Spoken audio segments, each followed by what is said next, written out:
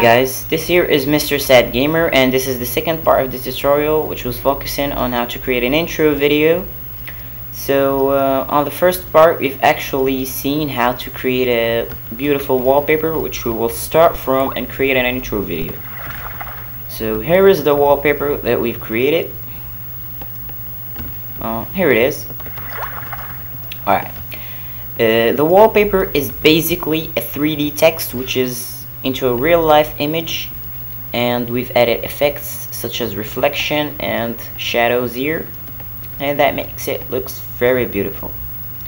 So if you watch the first part of the tutorial, it's okay, we can continue and move on. Otherwise you will find the link in my description and you will need to watch the first part. If you actually have enough knowledge on Camtasia Studio and you know how to put a 3D text into a real life image, then you can watch the second part of the tutorial, which will be focusing on how to animate that text, and we will use both Cinema 4D and Adobe After Effects CS4. So first of all, start by opening Cinema 4D. Alright, go to File, then Open, and open up the C4D file, which was saved from the first part of the tutorial, which is called WallTuto. Alright, so we will basically try to make both of these texts look as if they're falling down from the sky, then settling down here, and we will use for this the random effect.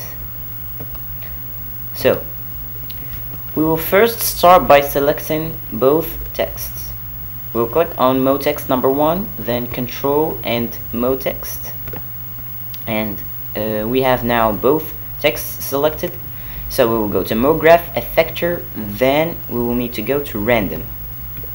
Alright, so we will drag both of these texts over the random effect so that they become children of the random effect.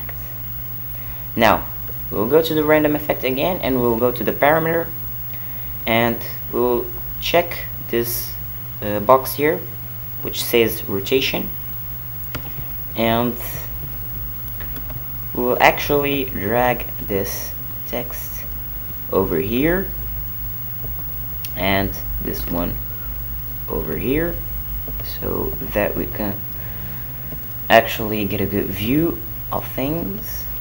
Alright, so now that we have both text in the air, we'll go again to the random effects and we'll go to the parameter. We'll change these rotations here like so. We're just gonna have to play with these settings and tool up so that you can get what you want to get, which means a dispersed text is just has to be as messy as possible. So you can play with these settings here. Alright, I'll change this to 16%. 9, change the rotation again. Alright, so now we have two messy texts floating in the sky.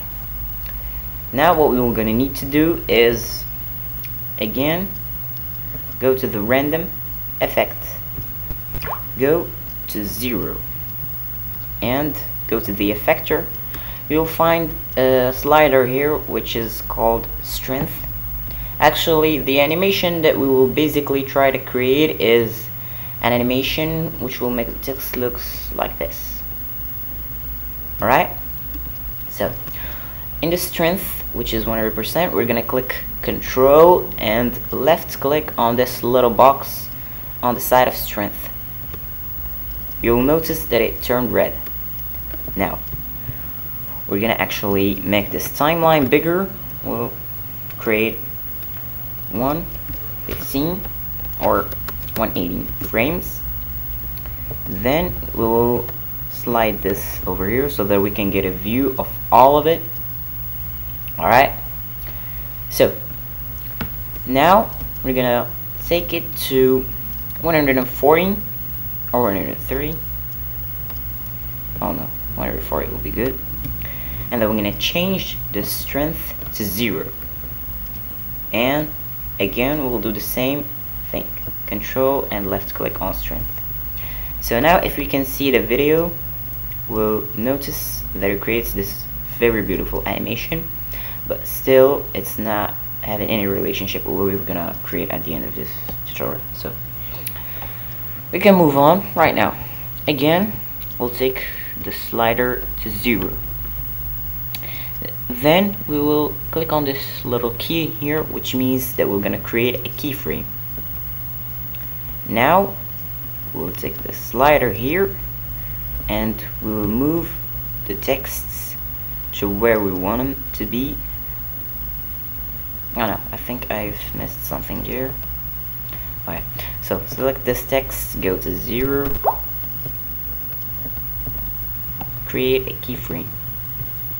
Now drag it down here to 140 and slide it up over here. Alright. And create again a keyframe. So that will make the text, as you can see, fall down from the sky, then combine itself up and fall here. Again, we'll go to 0, create a keyframe again, put this, oh no, we have this text selected, and then we create a keyframe. And the same drill, we'll go to 140 and we'll drag it down here.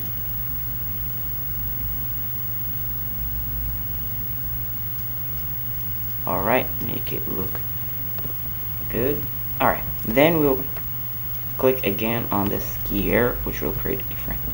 So now if we can see the whole video, we'll see that we're done with it. It's very beautiful, believe me. Now we're gonna save the template and click file for that, save as, then wall, instead of wall tutorial, make it vid tutorial. Click on save. So now we will actually wait until the video is rendered. It may take some time depending on your processor's type. I'm actually gonna stop the recording right now until I create a video, so that I can continue the part which is actually the part where we're gonna be using Adobe After Effects CS4. So I'm back after creating the video. I can actually show you the results, as you can see here. It's pretty much a small size. It's not even bigger than 1 megabyte. So here's the result of the video. Looks very beautiful. Now I just wanted to make you know that I've actually made some changes here on the render settings. So if you have a dual core like me, rendering this video using ambient occlusion and global illumination might take about 3 hours, and since I don't have enough time and I want to make this video as quick as possible, I've actually disabled these two options. So it's up to you, and depending on your processor speed, of course, you can choose to whether enable or disable these two effects. So when it comes to the output, you're gonna make it at a resolution of 1280 at 1024, a resolution of 72 pixels per inch, and you're gonna save it wherever you want as a QuickTime movie or an AVI movie. I've chosen an AVI movie, and I've used actually the FFD Show video codec. Alright. On the anti-aliasing options, you can also choose to use anti-aliasing in a geometrical way, which means geometry, or the best, and you're gonna decide the level. I've actually just used geometry, to make the rendering as fast as possible so that I can get done with this video. So apart from these changes, you should be fine. I've showed you the results video. Now we're gonna open up Adobe After Effects CS4 to apply the last effect.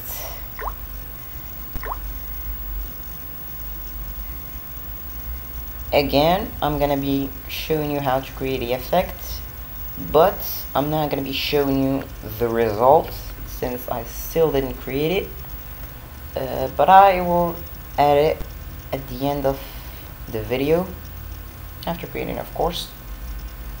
So now, wait for the Adobe After Effects CS4 to load up, and then we can talk about other things. So, while Adobe After Effects CS4 is still loading up, I would like to just tell you about something. All the effects that you might use, and whether on your own Cinema 4D or on Adobe After Effects, are dependent on your graphical card processor and your CPU. So, the more powerful they are, the more beautiful effects you can create. Okay?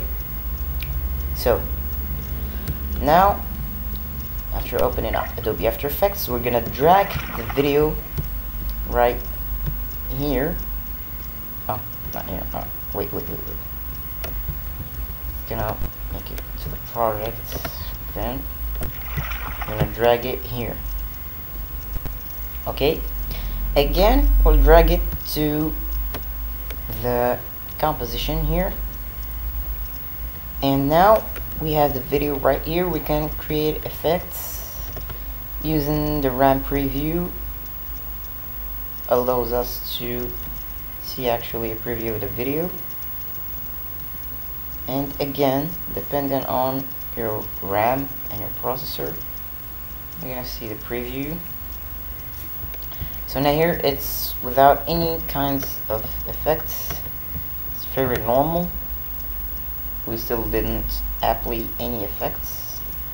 Just wait for the render, for the preview to be completed. It won't take much time.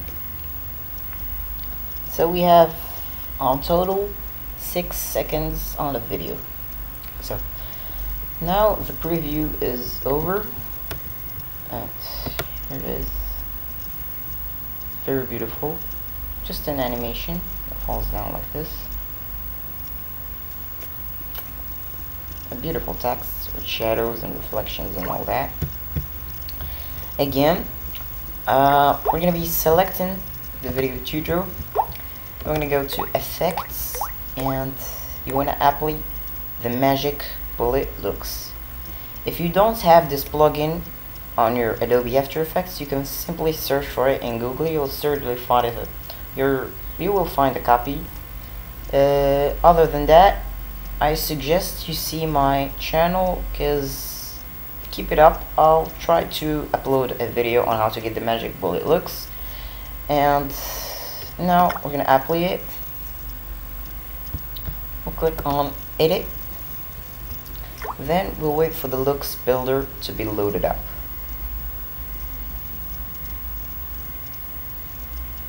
Alright. This is loading image data. Alright, so on the Looks Builder, there's a very beautiful and simple interface. You have a lot of tools here to choose from the lens effects, subject, camera, post, and a lot of effects. But I suggest you use the pre-created effects. It's gonna be the Diffusion Max, which is already under Diffusion. We're gonna apply this effect. It looks pretty much beautiful. Here it is. Click on OK. If you want to tool up for more things here, you can tweak the video a little bit. Just play with these options. You won't need help, because you can handle any step if you don't like it. But I suggest you leave it as it is and click on OK to apply the effects on the composition. So So now what we're gonna do is that we're gonna go again to effects, and we're gonna search for the lens. You can use optical flares by Video Copilot, but I have a problem with it and it's not loading up correctly. I need another copy, so I won't use it.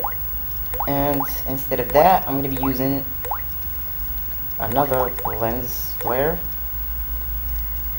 which is already available on the software.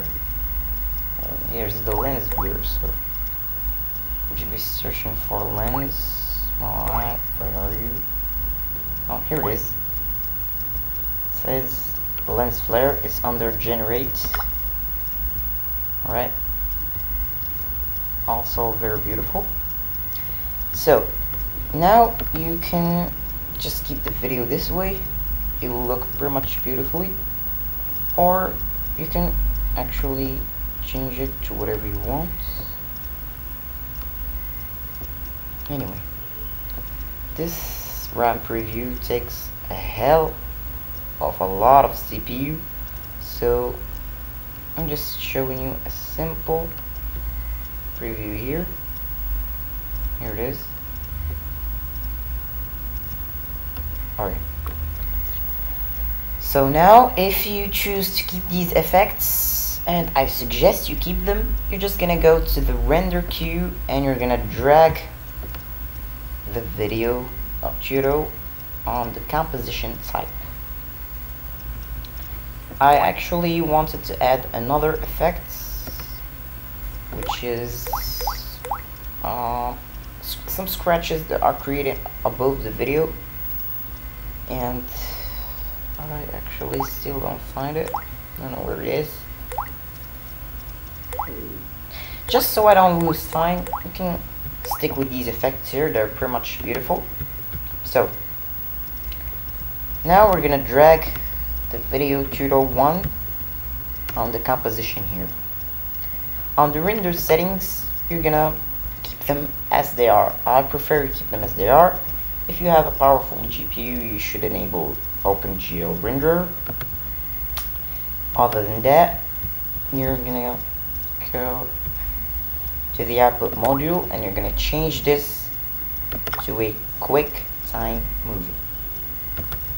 For the formats, it's H264, and for the quality, it's on the optimal. Click OK. I'll choose it directly from the format instead of via QuickTime. Yeah, so it's just suggesting that we choose it from here instead of choosing it through QuickTime movie format. So that's what we're gonna do. I'm gonna choose it here, and we're gonna click OK. And now what I want to do is I want to change the directory where I'm gonna save it. I save it actually under my other partition of the disk because it still has space. Click on save. Alright, so now there is a little option I would like to show you. While holding shift, go to file, then project settings. Oh no, not here. Project settings, what am I doing? Oh god. It's edit preferences. While holding shift, click on general. It will show you a little tab which is called secrets. This tab will actually allow you to have these two options: ignore sequence rendering errors and disable layer cache. We're gonna change this value to 2. Alright, so, and we're gonna click OK. Now we're gonna click on we will actually need it. So just so that you can disable the preview, which takes a hell of a lot of RAM, you're gonna click in caps lock and pin it up and click on render. Oh, what the hell, there's a make stream output all this instances for first settings, try it again, range from frame size. Ah, what the hell? I actually made a mistake. Remove this anyway. And go again. Just changing it to. I actually have a. I have a problem with QuickTime, which is not correctly installed, and that's why it shows me these problems. I don't know why the hell it does this, but anyway, we'll change it to Windows Media Format, or format options, or we're gonna choose the FLV. It's also a very good format. It's good for YouTube. So I'll keep FLV formats, click on OK, then click on render. Directory origins no longer exists. Directory they're talking about. Can't save. Then click on render. Again, depending on your processor speed, it might take a while to render the video. So what I suggest you to do is that you actually use these settings to make the render as quick as possible. And now we're gonna actually wait for it to be rendered to show you the results. So I'm gonna be skipping this rendering part because it takes a lot of time. Well, I'm getting about 3 minutes, and I won't waste these minutes in my Camtasia settings recorder. I don't have enough time on the recorder, so I will show you the preview of the video at the end of the tutorial video. And that's all for today. Thanks for watching. I hope you've actually learned something new out of this tutorial, and don't forget to rate and subscribe, and also comments, because your comments are always appreciated. Have a nice day, guys, and see you later.